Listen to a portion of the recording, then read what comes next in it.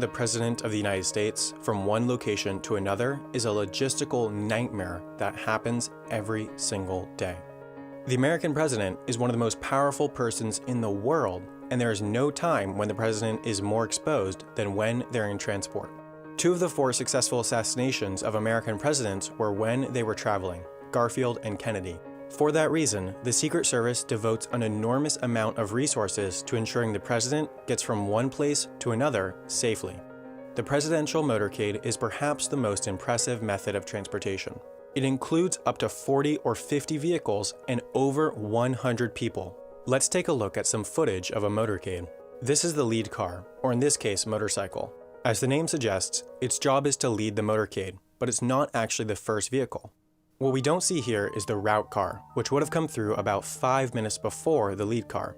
The route car is always followed by about 20 or 30 motorcycles which play the essential role of clearing the route of cars. When driving on a highway, they'll speed ahead and close exits so that no cars can come on the highway, although they have to use a different technique in cities. When driving in DC, where other drivers are used to frequent motorcades, the motorcycles often drive in a V pattern, pushing cars to the side to clear the way for the motorcade. This leads to a disruption of only about 2 or 3 minutes.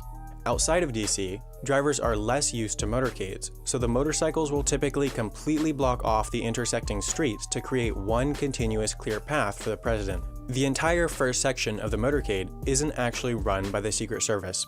It's run by the local police jurisdiction of wherever the president is. The fewer Secret Service cars and individuals needed for motorcades, the better, since both the cars and agents need to travel to wherever the president is visiting in advance, which is, of course, incredibly expensive. The next part of the motorcade is what's known as the secure package. It's the essential core to the motorcade because it's the group of cars that directly secures the president. In case of attack, this group of cars can detach from the rest of the motorcade and function as an independent unit. The most important car in the secure package is the president's limo, but one can never be sure which one that is, because there are always 2 limos. These 2 limos are identical. They even have the same license plate. That way, an attacker can't, for example, have a spotter tell them which car the president left their origin in. The limos themselves are no ordinary limos. They weigh between 15,000 and 20,000 pounds and are built on a modified truck bed. The entire car is bulletproof, including 5-inch thick bulletproof windows. The only window that can open is the driver's window, reportedly so they can pay tolls. The entire car is hermetically sealed to protect the president from a chemical attack, and on board are rocket-powered grenades, night vision optics, a tear gas cannon, pump-action shotguns, bottled oxygen, and 2 pints of the president's blood type. This car, leading the secure package, is the United States Secret Service Electronic Countermeasures Suburban. It leads the secure package because its purpose is to jam any remote-activated explosives along the route. These 2 tall antennas do that by sending out a huge range of radio frequencies that would block any bomb activation signal. The 2 domes on top of the car are most likely what's known as electronic warfare sensors. They're essentially radars that can detect when a rocket-propelled grenade or anti-tank guided missile is launched. When it detects a launch, the car would most likely activate a number of smoke grenades spread out throughout the secure package, which would help throw off the grenade or missile. But of course this is all classified, so that's speculation. This car is the control car. It carries the most essential staff, like the president's military aide and doctor. In the event of an attack, they're both essential to the president, so they break off with the secure package. These last 2 cars are both filled with Secret Service agents. The closer one is called the halfback. It carries the president's personal Secret Service detail. These are the agents that are on the president's person at all times. The second one is the cat car, the counter-assault team. You can always identify these cars since they're the ones with a back window open. That's because the agents are sitting in rear-facing seats with automatic weapons, ready to respond to threats.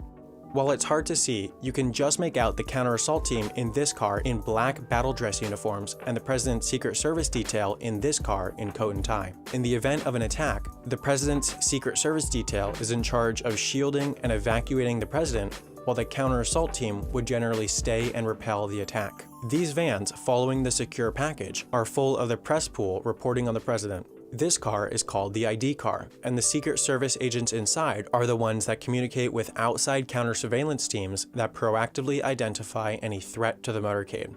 This black truck is the Hazardous Materials Mitigation Unit. It has equipment and personnel who can identify and respond to chemical, nuclear, or biological attacks on the motorcade. Continuing on, you can see more press vans. These motorcycles are speeding by the side because, now that the motorcade has passed the exit that they were blocking off, they are going to the front of the motorcade to block off more exits. This car is called the Roadrunner. It has a number of antennae on the top to act as a mobile communication center. It connects the motorcade to the outside world through satellite and internet communication systems. Following this is a generic ambulance in case of injury to any person in the motorcade. Like the police officers at the front of the motorcade, this ambulance just comes from the local fire department of wherever the president is. This last Secret Service car is the support car, which carries more Secret Service agents and the essential staff members. Lastly, these 3 police cars are there to make sure that, now that the exits are open again, no car speeds up and enters the motorcade from behind. It's important to note that this is just the standard motorcade configuration. It often changes based on the environment. When President Obama visited Iraq in 2009, for example, his motorcade looked like this. Military Humvees led a convoy of identical Suburbans, one of which carried the president. On top of the cars were more powerful versions of the anti-RPG antenna found on the normal electronic countermeasures Suburban. So, motorcades are incredibly efficient. It's been reported that motorcades have made the trip between LaGuardia Airport and the Waldorf Astoria Hotel in Manhattan in 8 to 10 minutes. That's a 10-mile drive that takes a normal driver 25 to 30 minutes. Although the safest motorcade is still no motorcade, since it's the most exposed the president ever is. So the Secret Service will typically only use motorcades for trips up to 30 minutes long. Motorcades are also incredibly logistically difficult and expensive. So whenever possible, the president will travel on Marine One. Marine One isn't actually the name of a specific helicopter. It's rather the call sign used by any helicopter with the president aboard. The Marine Corps operates 35 total helicopters of a few different types as Marine Ones, which might seem like overkill, but these helicopters are also often used to transport the Vice President when they're known as Marine 2 or government VIPs.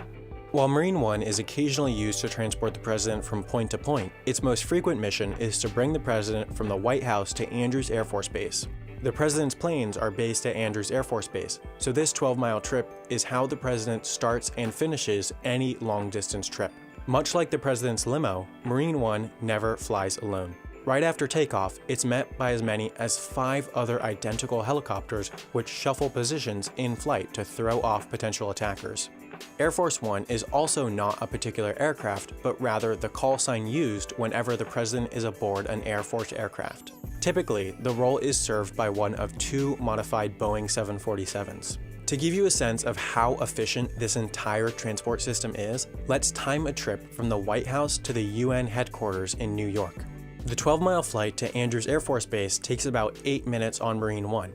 Then, upon arrival, the president steps on board Air Force One. The president is always the last person to step on Air Force One. So the second he is there, the door closes and the aircraft taxis for takeoff. That means there's about 5 minutes between touchdown of Marine One and takeoff of Air Force One.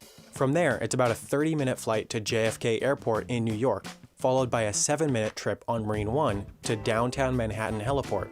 Then a 6-minute motorcade up FDR Drive to the United Nations. That means that, if everything goes perfectly, including transfer times, it will take almost exactly 1 hour for the president to go from stepping out of the White House to stepping inside the United Nations. And what is the cost of this hour-long trip? Well, it's public information that Air Force One costs an estimated $206,337 per flight hour. So this half-hour flight costs $103,169. But of course we need to include Marine One. Marine One by itself is actually fairly inexpensive to operate. While we don't know its exact operating cost, one of the helicopters often used as Marine One is the Sikorsky UH-60 Blackhawk, which costs $2,199 per flight hour. But of course Marine One always flies in formation with up to 5 other helicopters. Per helicopter, a quarter hour of flight time costs $530 or $3,180 total. The motorcade's cost for the short trip is fairly minuscule, so we'll leave it out for simplicity.